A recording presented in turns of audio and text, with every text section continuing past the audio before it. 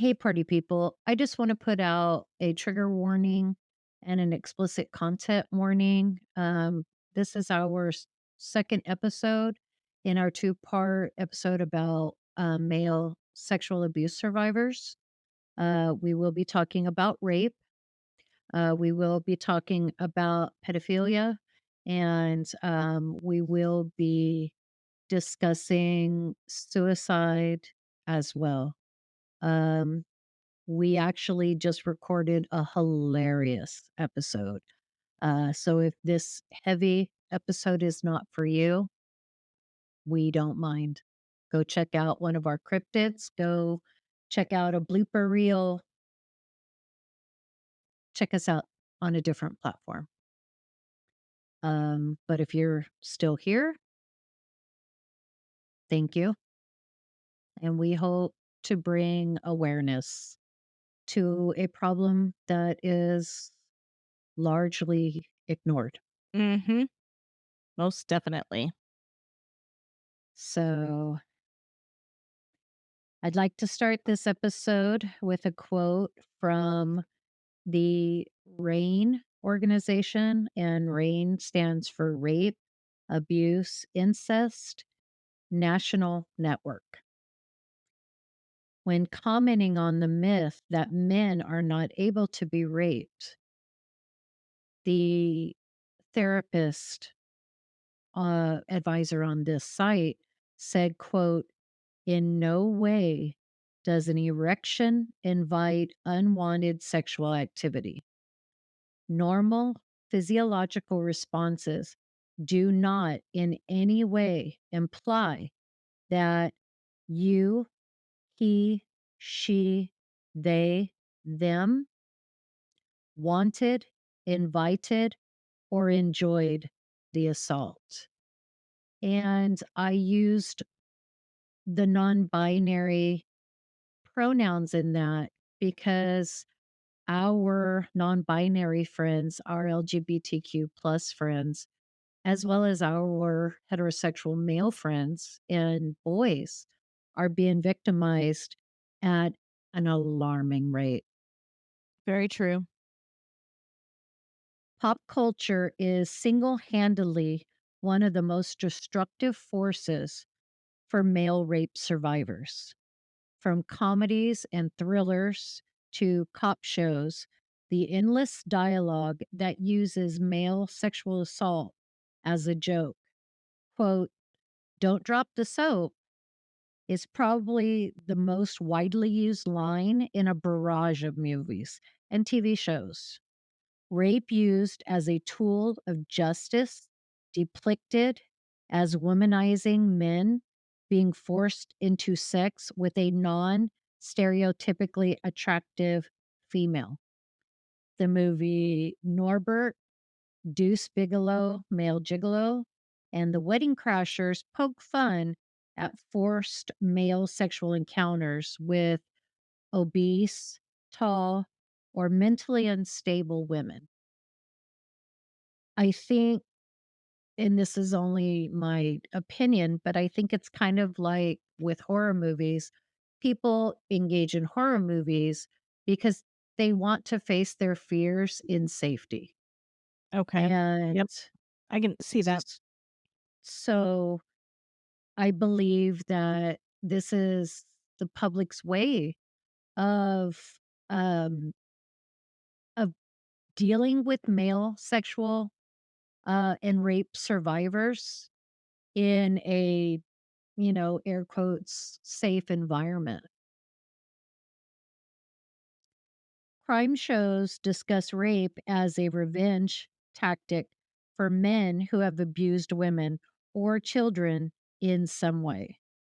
Quote, "I can't wait for you to meet your Sally." Do terrible crimes deserve severe punishment? Of course they do. But using sexual assault as a weapon is unacceptable. Mhm. We all Agree. we all want to see that, masculine machismo guy who goes through and uses women like, pieces of meat. Yeah, yeah, sure, we'd like to see him used as a piece of meat. But how is that truly justice? It's not. Because Lav, I'm sure you probably were taught the same thing that I was. 2 wrongs don't make a right. Right. We have said this, before, and you will hear us say this again throughout this episode. Sexual assault is not about sex, it is about power and control. So, regardless of who is on the end of that sexual assault, it should not be used as a weapon. We should not weaponize sex.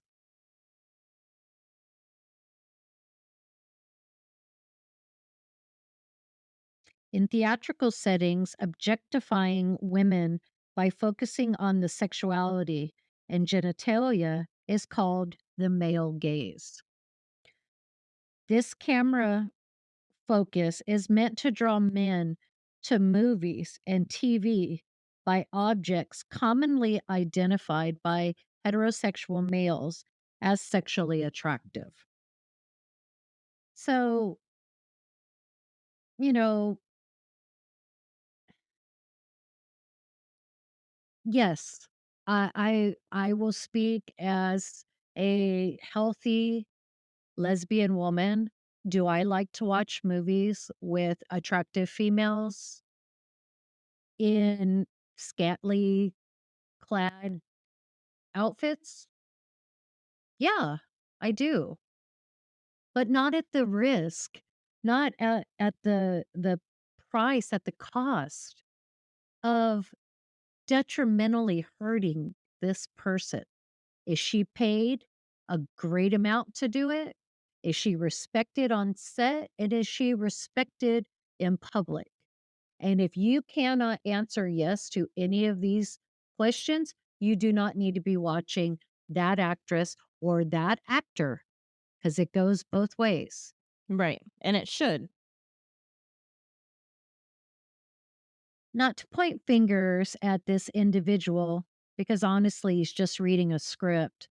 But Denzel Washington's characters recite an abundance of dialogue promoting and supporting rape to scare the antagonist, instilling fear that they will be victimized and controlled in a feminine way.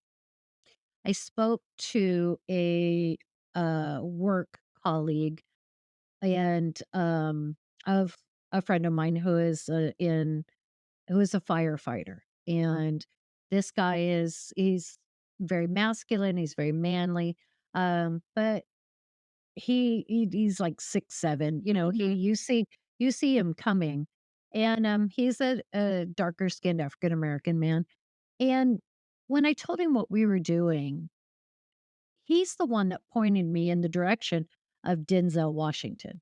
He said, "I respect him as a author, as an actor, maybe a producer, but he talks a lot about, getting back at somebody, and he likes to challenge other Black men, their masculinity." And he said, and I think it's because it goes back to kind of the colonial slave days where, you know, uh, Black slaves were demasculine, emasculated, excuse me. Okay. Yeah. And because you had the owner who did whatever he wanted to any of them, Mhm. women, men, children, didn't matter. Right. And I can see that. I'm very fortunate that, I didn't grow up with that type of stigma in, my history. Right. But when I see women or men that have to hide their sexuality, that resonates within me because I didn't have to. And I'm very thankful and I'm very lucky I didn't have to because I did see friends commit suicide because their Think of families that. wouldn't because their families wouldn't accept them as being part of the LGBTQ plus community. The indoctrination of our youth with sexualized materials is alarming. It starts early with cartoons.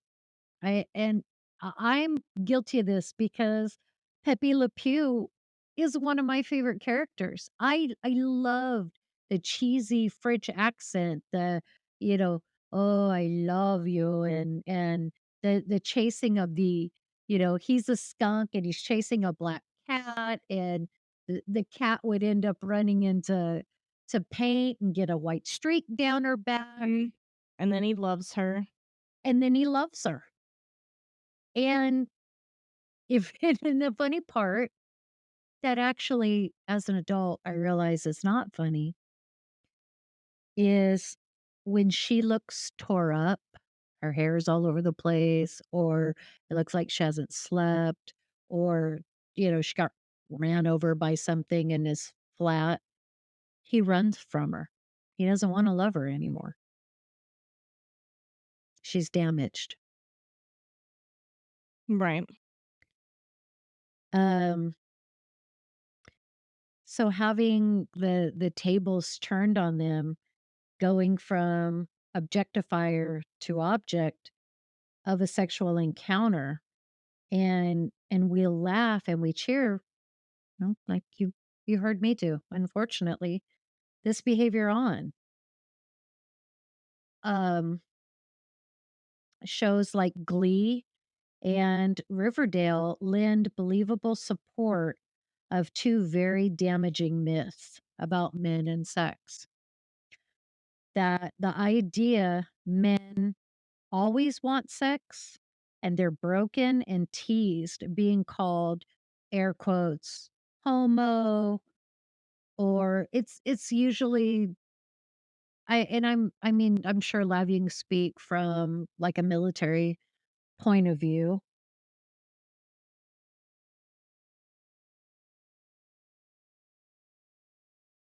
What the hell? Can you hear me? I can now. Okay. Thanks for the text. What was the last thing you heard? Um, that you're not gonna scream and shout about it. Okay. Um Shows like Glee and Riverdale lend believable support of two very damaging myths about men and sex. That the idea men always want sex and they're broken and teased being called, air quotes, homo if they don't want it. And Lav, you can speak coming from a military point of view. Is that something that you ever witnessed? What's the question? Like, did you ever see maybe a girl kind of flirting with a guy and she was like stereotypically attractive, but he wasn't interested? Uh, Him get teased because he wasn't interested.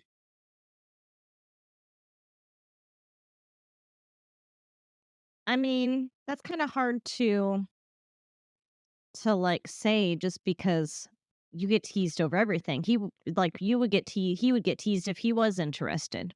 So It's a double-edged sword then. mhm. So, secondly, if a beautiful woman forces themselves on a man, he should celebrate because he got, quote, lucky. He got laid. It's nauseating how men are supposed to be happy that they're being raped, to be exhilarated that a woman wanted him bad enough to take it from him. And please let me repeat this again. Rape is not about sex and love. It is about control and power. A woman who throws herself on a man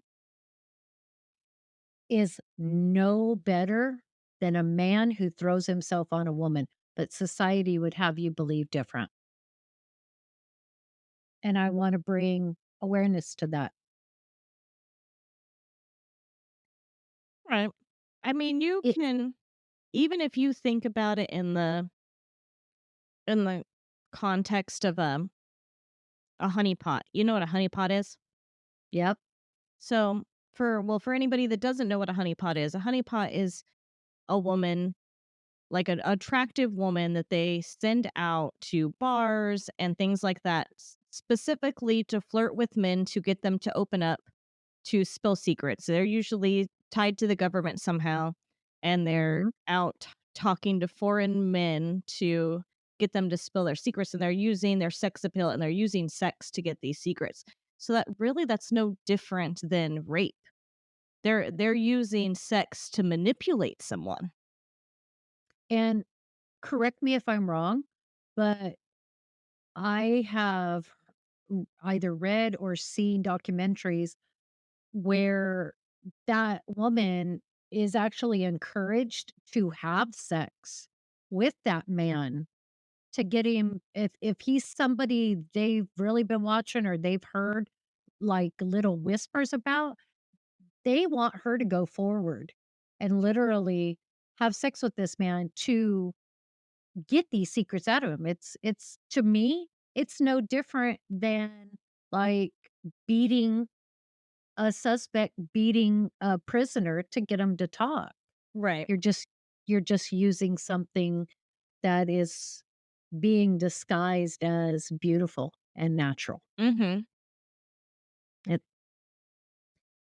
in 2006, and I'm sorry if I pronounce this wrong, Tarana Burke created an awareness campaign allowing, again, air quotes, you're gonna hear me use these a lot, to publicize allowing people to publicize their experiences and to speak out against sexual abuse, harassment, rape, and rape culture. I'm not going to explain what rape culture is just yet. We will talk about it. So be patient with me, guys. I use the air quotes around people because 99% of the cases supported by the campaign are female survivors of male predators. And the 1% that was male, the male representation, have male rapists. Um, Even the moniker for hashtag Me Too movement uses the symbol for female as the second O in the name. Doesn't show the combined symbols for male and female, it just shows the female. I strongly believe this is due to the incorrect worldwide belief that women cannot be aroused by deviant sexual behaviors. It truly is a belief that women do not rape men. Women don't rape other women. I mean, that's anybody that's been in, like, any sort of S&M relationship or, like, a dom and sub relationship, like, that's you can easily not, like, you easily realize that that's that lifestyle and that manner of sex is on the brink. It is about taking power and having control over your sexual partner and them Yeah. having to be willing and giving it to you. And that's why they're very big on safe words and all this kind of stuff. But there's no stopping somebody. You know, if you're tied up and restrained, you have to completely trust them that when you say stop, they're going to stop and they're not going to Yeah. continue. And that's a power move, and actually that makes them feel more powerful knowing that you trust them that much. And I think that can be applied to women. Mhm, exactly, and I think that's, like, women doms, especially like the femme doms, especially, that's very arousing to them to have Mhm. that much control over a man.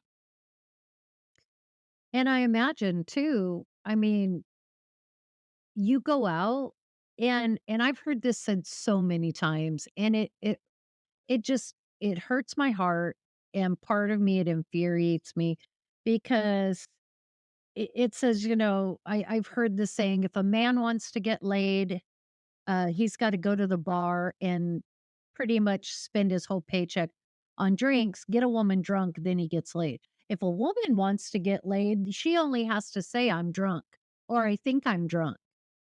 And she'll have every man in the bar on her. And that's so disrespectful to our male counterparts because we're basically saying every man in the population is that leadable, is that, stupid that they would go, "Oh, I have a chance. She's drunk." There are some men like that. Of course there are. There's terrible humans. It's not even And genderless. there's There's there's terrible. women like that too. Yeah. There's and I mean, I used to take my high school best friend to lesbian bars with me because she wanted to drink for free and not have to explain to a man or fight off a man that she was married because like myself, she, was is large chested. And the older butch masculine lesbians, they'd buy her drinks all night. And when she hit her limit where she started feeling drunk, that's when she would want me to start telling everybody that I was her girlfriend. So they would leave her alone. And it's just as disrespectful. Right. I mean, And I didn't think about that. and it's funny because 'cause you're telling your story, and I'm, like, thinking about stories of my Navy life, and I'm like, "Damn," because there would be plenty of times that I would go out with men and women, a big group of us, and I would go, and we would sit there and debate most who the richest man was in there, who looked like they had the most money, and I would go and flirt with them and kiss on them and get drinks for our entire table. I wouldn't just come back with a drink for me, I'd come back with a round for everyone. Yeah. And you don't think about because I will be brutally honest, until I started researching this topic from, if you guys remember our first episode, There's Something Strange About the Johnsons is what sparked this whole, um, these 2 episodes and us wanting to talk about it. So if you haven't heard it, please go hear it. It's not gonna change, if you listen to this one first or that one first. It's not, they're interchangeable. But until I started doing this research, I didn't think about truly how wrong that is. Mhm. I didn't even think about it until you were telling your story, and I'm like, "Man," you know, I literally just went and used somebody, and not just for my own purposes, but for the purposes of my entire group, men and women, Yeah, yeah, she and could we were get predators. We would yeah, sit there and scope them out. she would, like you said, was predator. She could spot a mile away which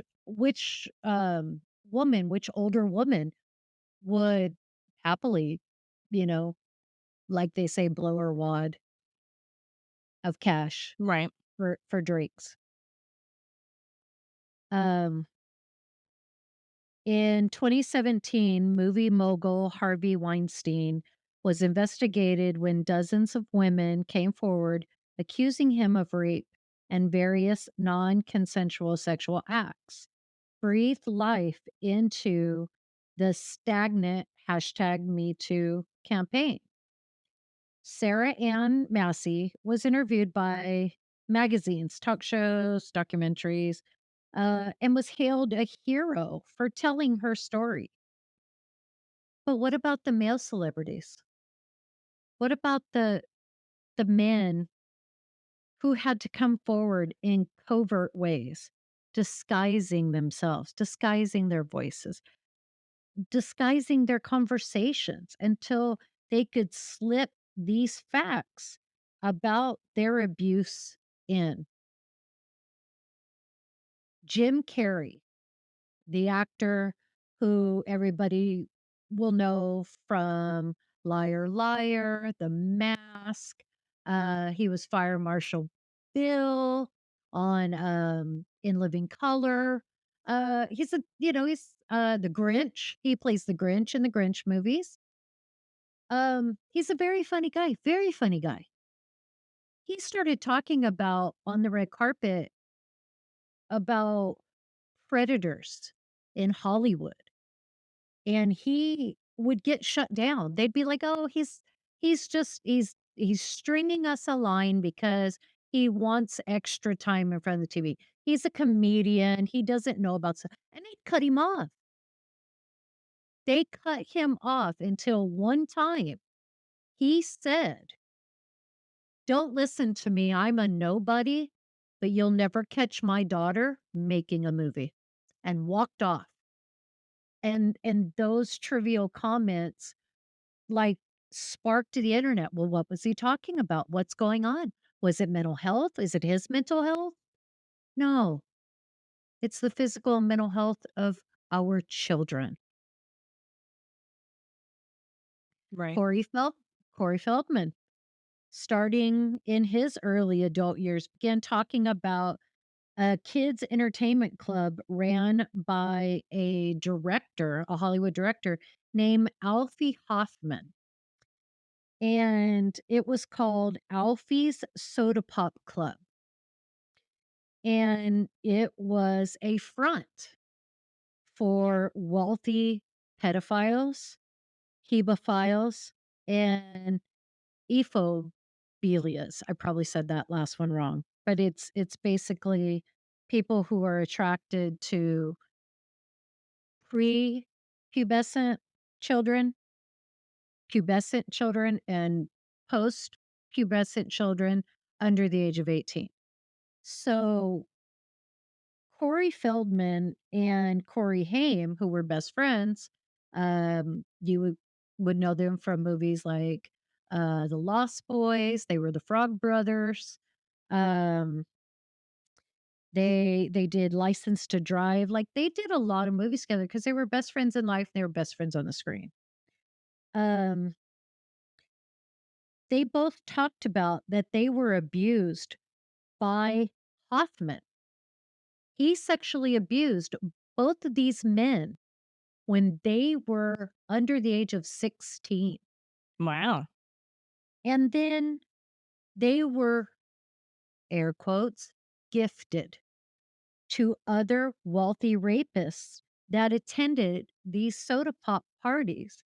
So the idea behind these parties was for it was presented like if you don't know like Drew Barrymore's story, this one kind of or like the Wilson sisters from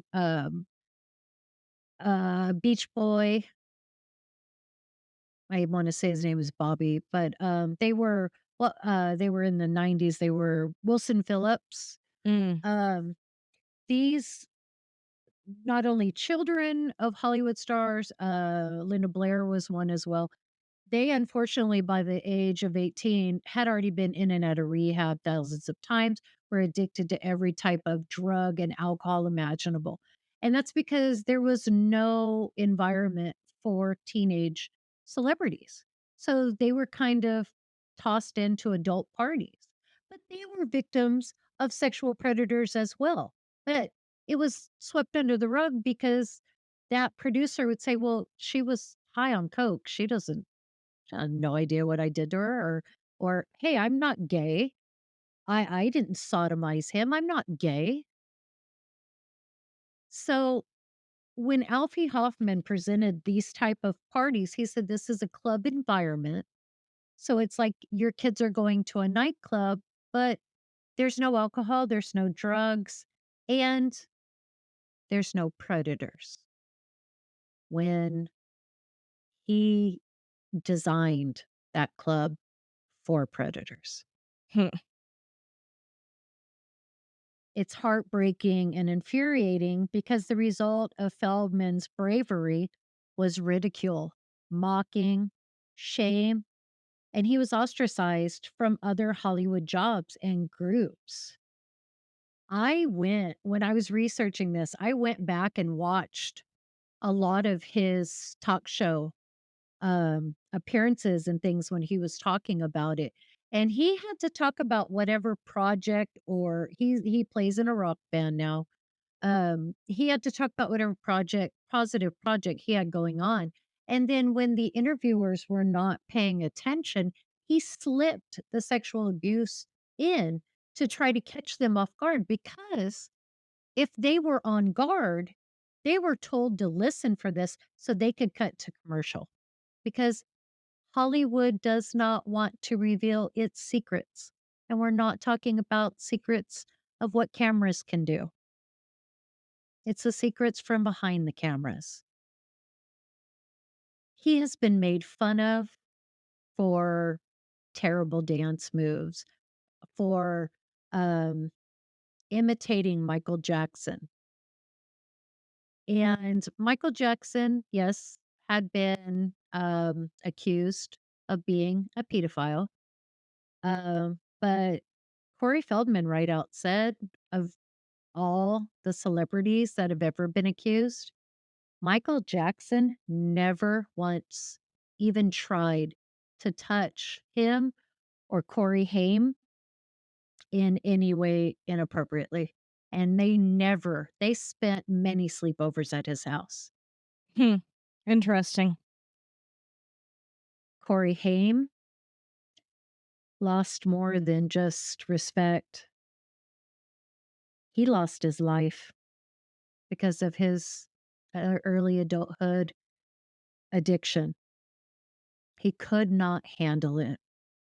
And in their reality show, they didn't know each other had been abused.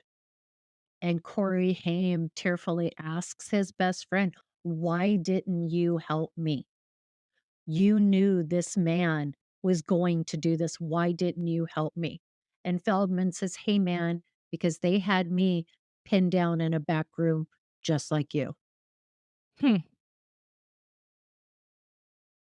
And Corey couldn't handle that. Corey Haim couldn't handle that. So he OD'd. And Wow. it's been said in many different circles from celebrities and producers, who didn't care if they were ostracized, straight out said it was not an accident. It was suicide. He took He did it that on purpose. Yes, he did.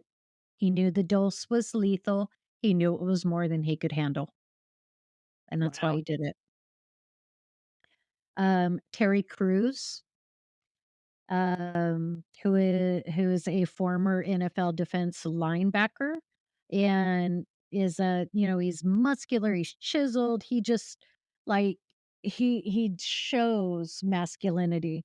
Um, People can maybe remember him from White Chicks. Supposedly he's like a womanizer. Um, he's also now on America's Got Talent and on Brooklyn Nine-Nine. He sat in front of Congress, in front of the senators of California Hmm. to tell his sexual assault story at a party he attended with his wife. This was in 2016. 8 years, only 8 years. Damn. He was groped twice by the head of the motion picture department at his then talent agency, William Morris Endeavors.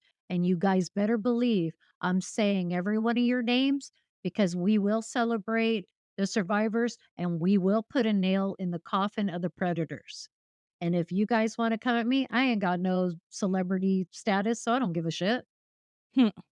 I got $6 in my bank account. Take it and go fuck yourselves with it.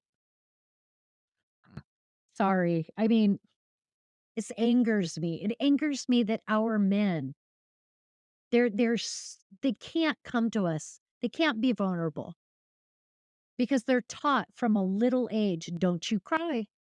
You're a man, you don't cry." You don't show emotion. You're a man, not my son.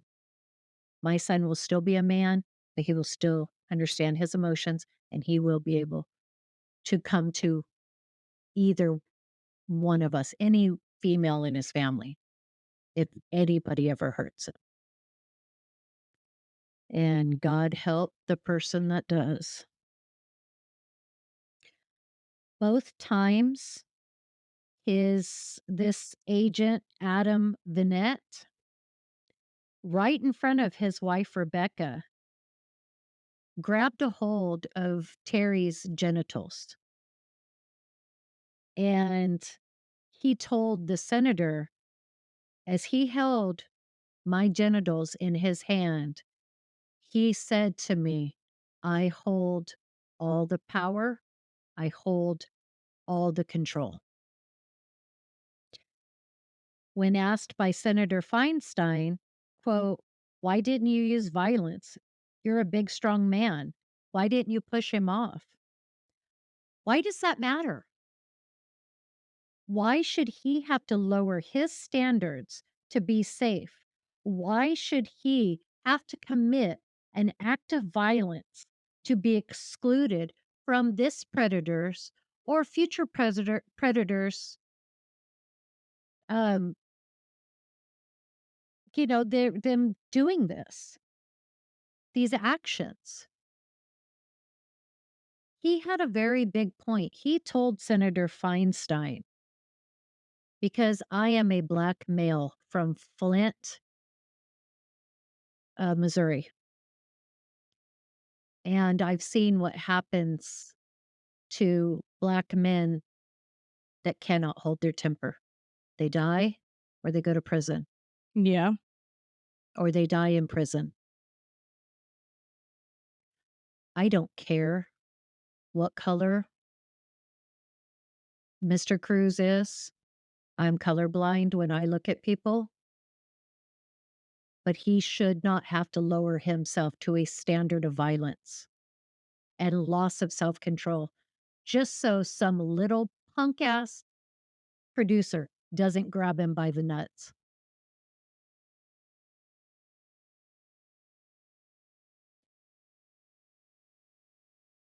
These are the type of idiotic responses that lead to toxic masculinity and have created a sociological trend called rape culture. Say, I thank guys for being patient with me. I told you we'd get there. Toxic masculinity can be seen in such traits as being ultra violent, domineering, emotionally disconnected, and incapable of understanding their own feelings, sexual entitlement, inflated self importance, and lack of consideration for others, and also will participate in anti feminist types of behavior, such as accepting help of any type, domestic responsibilities, and showing emotions. And that's where we get the phrase, that's women's work. Because somebody told that little boy years ago, men don't cook, they don't vacuum, they don't sweep, Hell, that they was my don't. ex-husband.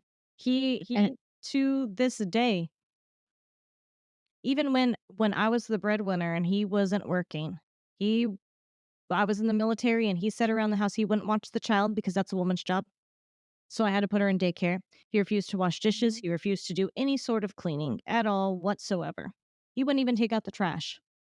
and that's what I started to say is toxic masculinity makes horrible fathers because men cannot develop an attachment to their child unless it's a boy, and then they damn sure going to teach that boy how to be a man.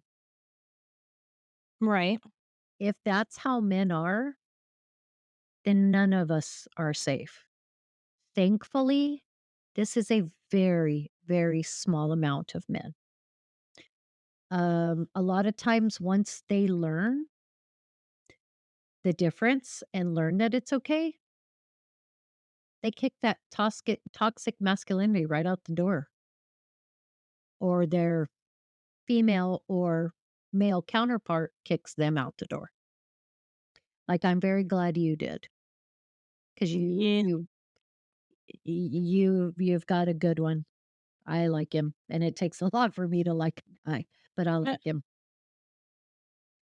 Um, I had horrible men in my life, I'm not even gonna lie. Up until, 2016, I thought every man was a piece of shit because every man in my family on both sides were garbage. And then I met my father-in-law, Harry Johann, and this man, in the 4 short years that I was a part of his family, taught me exactly what men are, what good men are, and gave my wife and I the tools to raise a good man. So they're out there. They're out there. Rape culture is a society's ideas and reactions normalized due to gender and sexual behaviors demonstrated by a victim previous to the sexual assault. You want to speak on this for a second, Love? sure. So the victim, are we talking about like how a victim reacts? That and victim blaming. So what usually And usually sorry, what I happens could. is the victim feels ashamed because it happened. So anytime they're having to talk about their story and tell people what happened to them, they're feeling ashamed. And then it kind of feeds into people like sensing that. Like you can sense when somebody is feeling guilty and somebody is feeling ashamed. Mhm. And they then turn that into, well, you must have done something to Yeah. cause this. Why are you ashamed? Why do you feel guilty? You must have done something to cause him to do that to you. So it's Hmm. kind of like a double-edged sword that it just is a cycle. Yeah, and unfortunately, for women, it goes, "Well, it was the outfit you wore." It was, "Well, you're promiscuous," or "You are sexually bold." Um, Well, men really don't get victim blamed. They get more of I don't know what you would call it. It's more of, well, that woman wanted you. What's wrong with you? Like I would have done her. It's more thank of like a thank you for going there, because that's exactly where we were going, so please continue. I but I don't know what you would what you would call that. It's more of a trying to trying to make them feel okay about it. Like it was an achievement is what Yeah. people come off as, "Well, you should be proud that that happened," sort of attitude. Yeah, obviously, you should have wanted it because she's attractive. Well, what's wrong with you, dude? Are you homo? You're a homo. Right. Um, it's mind-blowing, to me that our society truly believes men can only be anally raped because men must be erect to be raped by a female. Okay, our bodies, basic anatomy, our bodies are going to respond to natural stimuli, even presented in an unnatural setting. If you brush against a healthy male, even if you're not attractive to him, A certain friction may cause a semi erection. And if you are attractive to him, then yes, he's going to get an erection. Oral sex on a man, just like on a woman, will produce the sexually desired reaction of the person performing the act. If a woman wants a man to be erect, she will give him oral sex. It's a natural response. It doesn't mean that you wanted it.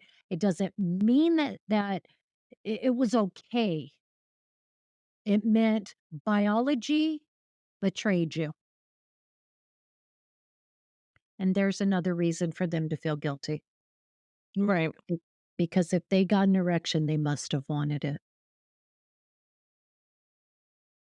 Um, it's also seen that men are stronger than women. So they're asked, well, why didn't you fight hard enough? Or they're ridiculed for being, quote, sissy boys and queers, fags. But a intoxicated man, um, whether he is under the influence of drugs, alcohol, sleeping medications, if again, biology will betray them. If there's enough stimuli that happens, you can make that erect. There was a scene on a documentary I watched where a girl was the friend of this guy, and she wanted to be pregnant because she wanted him, and he is a gay character. So she waited until he was asleep, and she stimulated him, and she had sex with him. Did he want it? He got hard. He normally dates men. Maybe he likes women now.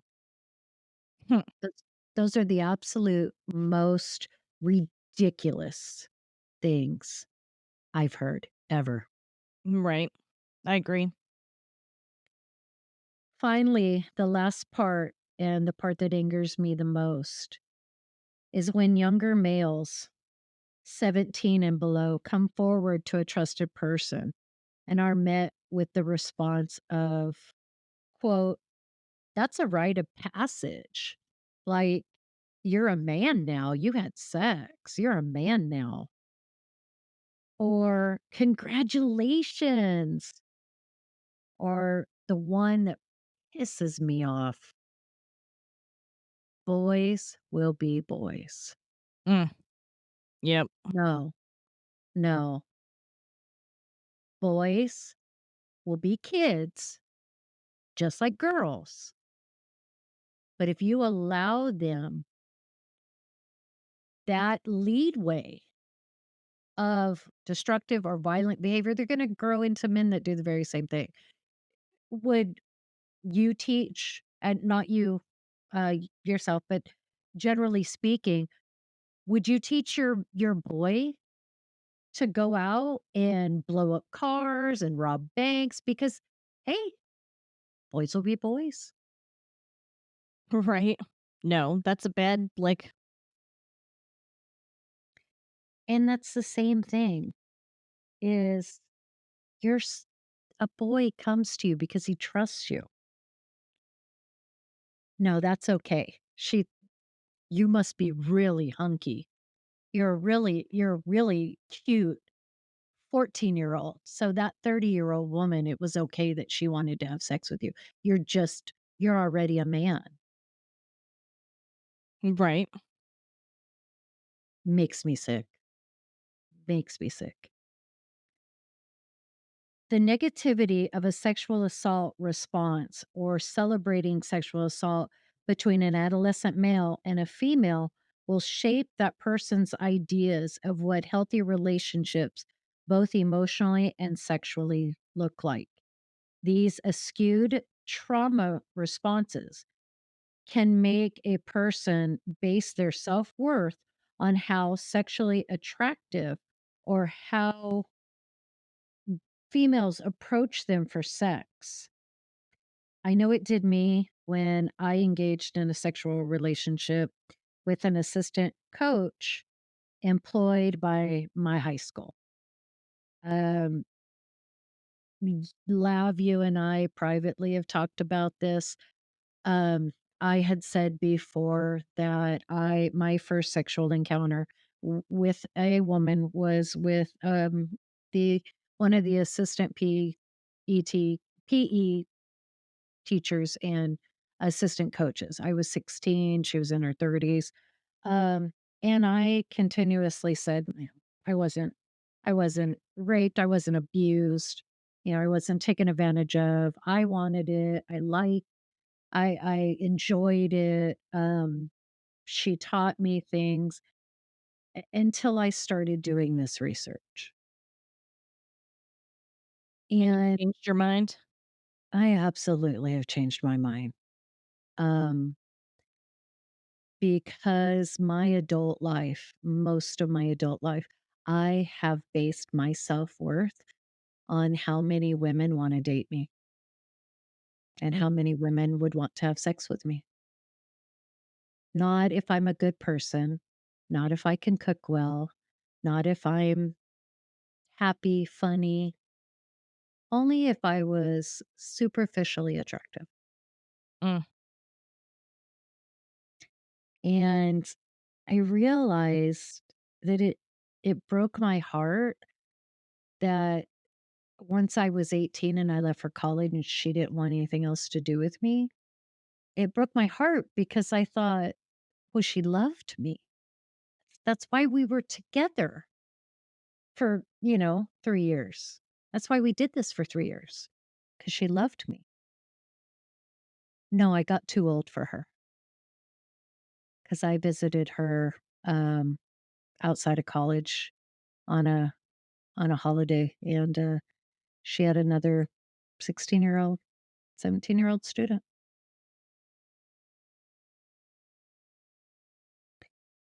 Um, One can only hope this brings to light what needs to change in our responses to male sexual assault and makes people question why Senator Feinstein is even still sitting in Congress.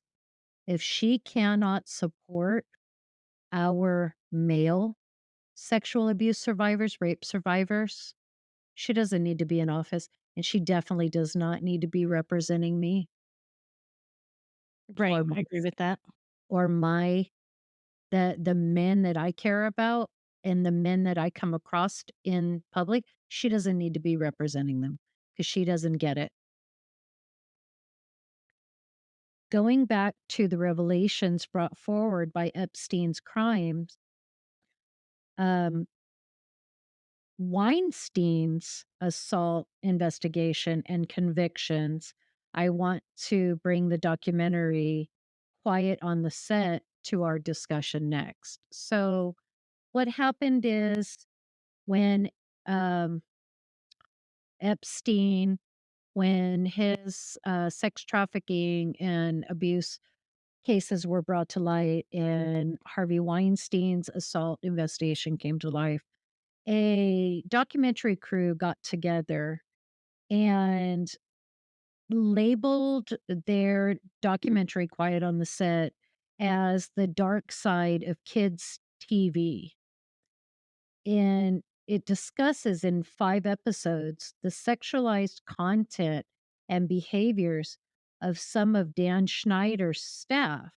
Dan Schneider was the head of Nickelodeon Studios, Okay. and himself behind the scenes of some of the most popular shows on Nickelodeon Network. Episode 3, The Darkest Secret, reveals how one half of the popular TV show Drake and Josh suffered horrific sexual abuse at the hands of acting coach Brian Peck. Parents were encouraged to stay off the studio sets because they were a distraction. Drake's father, Joe Bell, would be ushered around the sets to keep him occupied and basically out of the way. Brian Peck found numerous ways to intertwine himself in Drake's life. Drake loved Hollywood history. He loved, the old movies and rock stars. And actually, if you look at, he has a very successful music career in Mexico. He lives in Mexico City. It's a very, very successful music career in Mexico because he embodies what the rockabillys would look like, the sharp suits and, wingtip shoes and the slicked back hair, pompadour, Mhm. you know, and those were his heroes. So I'm glad to see him doing that. I'm glad to see that this master manipulator didn't rob him of his love of classic Hollywood. Um, Peck had worked in Hollywood for a long time, and so he knew all of the history. So he would sit down and he would bring, um, Drake Bell a soda, a hot dog. He would bring him little gifts and talk with him about, old time Hollywood. Um, when the rehearsal for, some of the little bit older Nickelodeon programs, the ones that were aimed more at the kids that were kind of starting to get a little too old for cartoons, but not old enough to watch like an adult sitcom. Like, and I don't mean pornography, please don't anybody take it that way. I mean like, you know, Roseanne or The Conners or, you know, eh, sitcoms that the comedy was more geared toward, Adult. uh, adults. Yes, thank you. Um, w when it moved from the main studio to a studio on Sunset, um, then rehearsals moved from, um, the studio on Sunset, and it was called Nickelodeon on Sunset, moved to Brian Peck's house. So he told Drake Bell that it was better if they practiced at his home because it was quiet and there'd be no distractions and they could really, fine tune his acting. And Drake Bell said the only thing he ever wanted to do was to be an actor, was to be a performer. Um, and Peck, like Alfie Hoffman, would throw parties for these kids, with their parents in attendance. Hmm. But Peck also surrounded these other child performers and predators. And kind of like a honeypot, they had adults that were paid to systematically separate the kids and their parents. So yeah, they're at the same party, but they're not in the same areas. Hmm. And Course not. and they would have, adult type, uh, entertainment. Maybe take a few drinks, smoke cigars, talk about how hard it is to be the manager for your kids. And then the kids were put into situations where it was child oriented, but anything but child friendly was taking place. Mm. Lav, anytime you need to cut it off, tell me.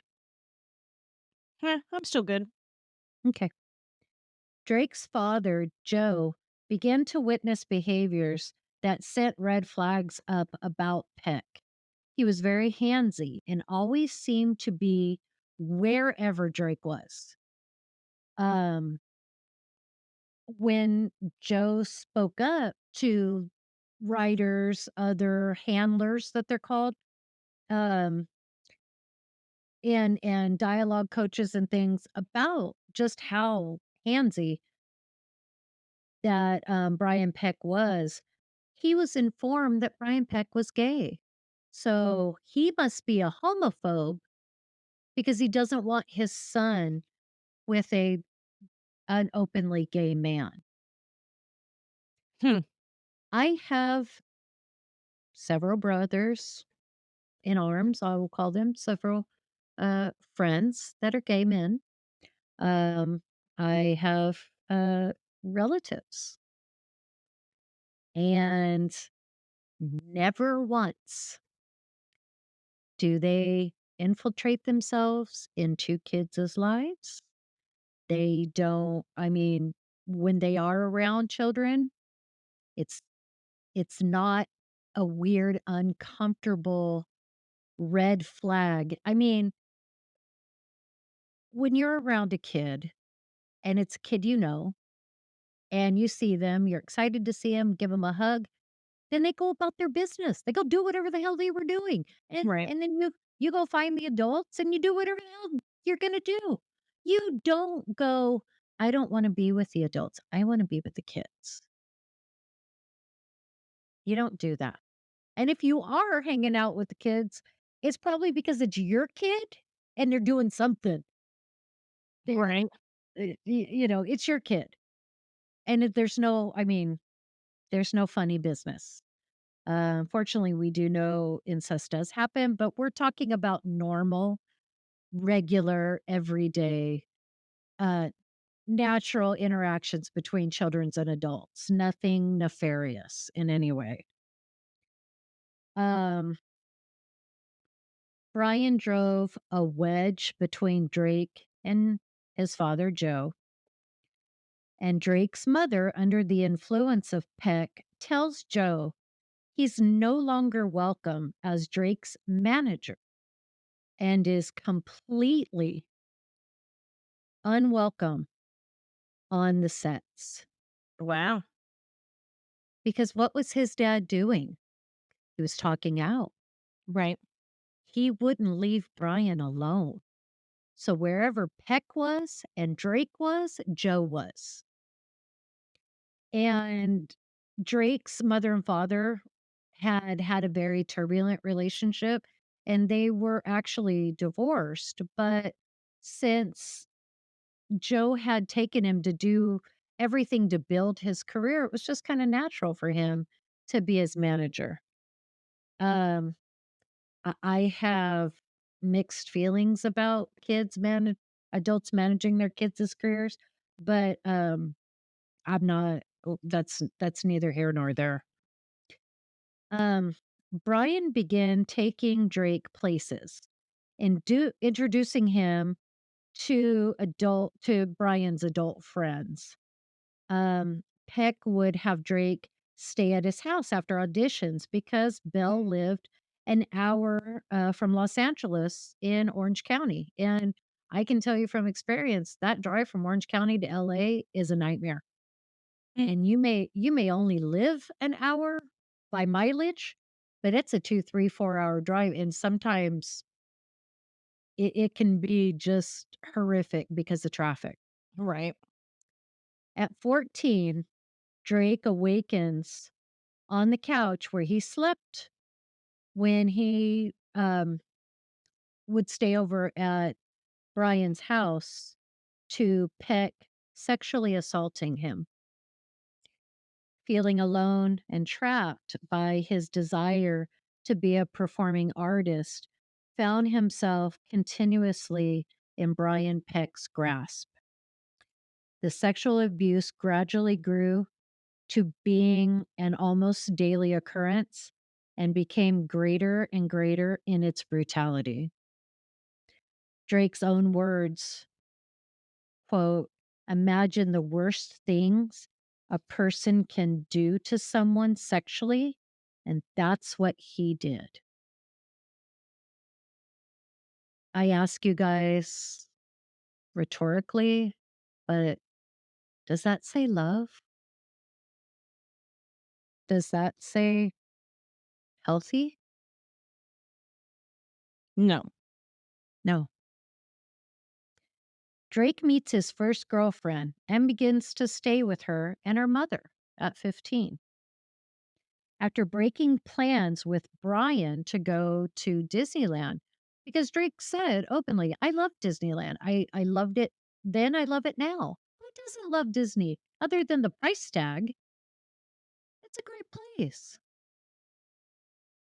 But because Brian had the money and his parents didn't, he would take him constantly to Disneyland, Universal Studios, and surround him with his air quotes friends. So he breaks these plans with Brian, and Drake notices on his cell phone that he's getting constant phone calls from Brian. And then he answers the phone and he says, "Yeah, sorry, Brian, I know we had plans. I double booked. Just a mistake. We'll have to go another time." And he hung up on him and he turns his cell phone off. I don't blame Hmm. him. Right. If I could get away with it, sometimes I would too. Right. But then Brian Peck starts calling Drake's girlfriend's house over and over and over until her mother finally answers. She gives the phone to Drake, who quickly hangs up. And after she questions Drake about Brian's strange, what's up, pretty people? Hello. We we are adding this conclusion to episode 2 of our male sexual assault. And we're actually going to have a mini third episode because there was just so much information and there was so much to talk about. We felt that cramming it into 2 episodes would not give this topic that is of the utmost importance to us and should be to society the amount of time and coverage that it would deserve. So we are going to do a wrap up episode. So catch us on the flip side, and we hope to see you there. Bye.